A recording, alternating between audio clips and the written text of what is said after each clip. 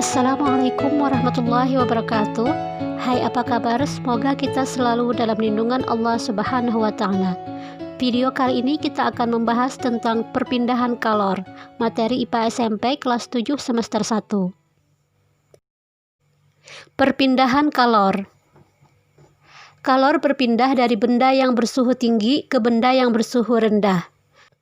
Perpindahan kalor terjadi secara 1. Konduksi, 2. Konveksi, 3. Radiasi.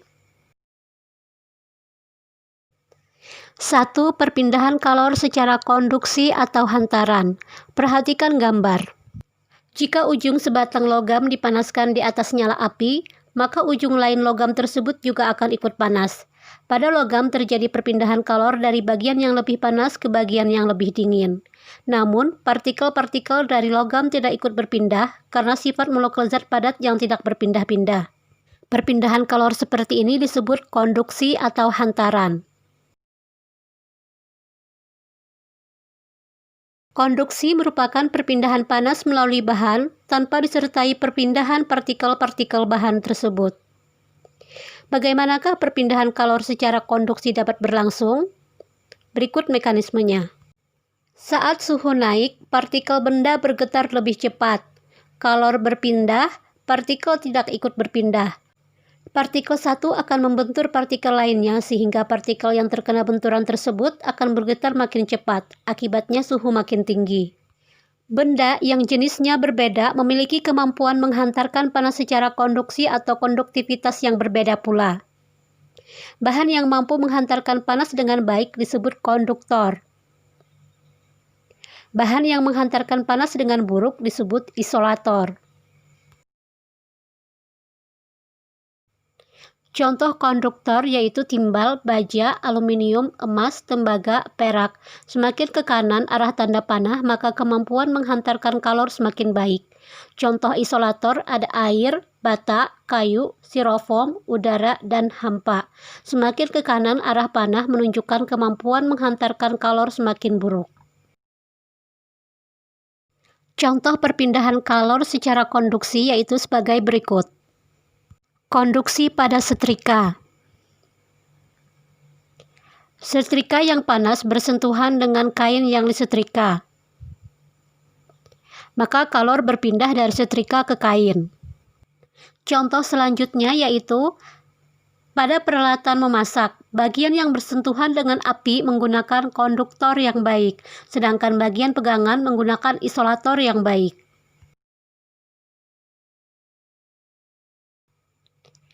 Panas kopi dapat bertahan cukup lama di gelas kaca karena gelas kaca merupakan isolator yang baik.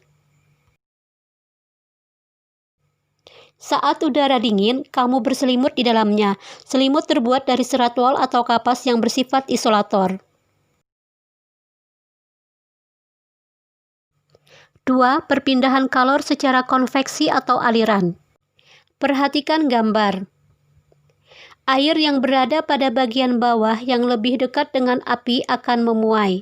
Massa jenisnya berkurang, maka air pada bagian bawah tersebut bergerak ke atas seperti pada gambar A. Kemudian, tempatnya digantikan oleh air yang suhunya lebih rendah, yang bergerak turun karena massa jenisnya lebih besar, seperti pada gambar B. Perpindahan kalor secara konveksi adalah perpindahan kalor dari satu tempat ke tempat lain bersama dengan gerak partikel-partikel bendanya. Contoh perpindahan kalor secara konveksi sebagai berikut. Terjadinya angin laut di siang hari.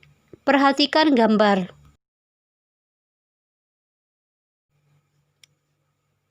Daratan lebih cepat panas daripada lautan karena kalor jenisnya kecil, sehingga udara di atas daratan ikut panas dan bergerak naik. Udara yang naik digantikan oleh udara dari lautan. Dengan demikian terjadilah angin laut, yaitu terjadinya aliran angin dari laut ke darat. Selanjutnya terjadinya angin darat pada malam hari. Perhatikan gambar.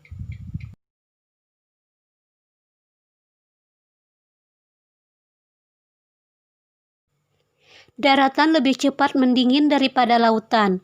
Udara di atas lautan lebih hangat dan bergerak naik, sehingga udara yang naik tadi digantikan oleh udara dari daratan. Dengan demikian, maka terjadilah angin darat, yaitu aliran angin dari darat ke laut. Terjadi pada malam hari. Contoh selanjutnya yaitu konveksi pada oven. Elemen pemanas oven biasanya terletak di bagian bawah. Saat difungsikan, udara bagian bawah akan menjadi lebih panas dan bergerak naik, sedangkan udara bagian atas yang lebih dingin akan bergerak turun. Ada juga konveksi pada pengering rambut. Udara masuk terhisap oleh kipas yang berputar, kemudian udara dipanasi oleh pemanas listrik. Udara kemudian keluar didorong oleh kipas yang berputar. Perpindahan kalor selanjutnya adalah secara radiasi atau pancaran. Perhatikan gambar berikut. Kalor berpindah dari matahari hingga ke bumi melalui ruang hampa. Karena tidak ada zat berantara, maka perpindahan kalor tersebut tidak mungkin secara konduksi atau konveksi, tetapi secara radiasi atau pancaran. Radiasi adalah perpindahan kalor tanpa memerlukan medium. Contohnya yaitu panas api unggun yang sampai ke tubuh tanpa melalui medium atau perantara. Benda yang memiliki kalor memancarkan radiasi panas ke sekitarnya. Untuk menghangatkan tubuhnya, hewan berdarah dingin seperti buaya ini memanfaatkan radiasi panas matahari. Kalor dari matahari diserap oleh buaya dengan cara membuka mulutnya, sehingga suhu tubuhnya naik dan buaya dapat beraktivitas dengan mudah. Makin panas benda dibandingkan dengan panas lingkungan sekitar, makin besar pula kalor yang diradiasikan ke lingkungannya. Makin luas permukaan benda panas, makin besar pula kalor yang diradiasikan ke lingkungannya. Makin rendah suhu benda, makin besar pula kalor yang diterima dari lingkungannya. Makin luas permukaan benda dingin, makin besar pula kalor yang diterima dari lingkungannya. Makin gelap benda yang terasa panas, makin besar pula kalor yang diradiasikan ke lingkungannya. Makin gelap benda yang terasa dingin, makin besar pula kalor yang diterima dari lingkungannya. Selanjutnya, bagaimana termos dapat mencegah perpindahan kalor baik secara konduksi, konveksi maupun radiasi? Perhatikan gambar berikut. Termos terdiri dari sumbat yang dibuat dari plastik atau gabus. Bahan ini isolator yang baik.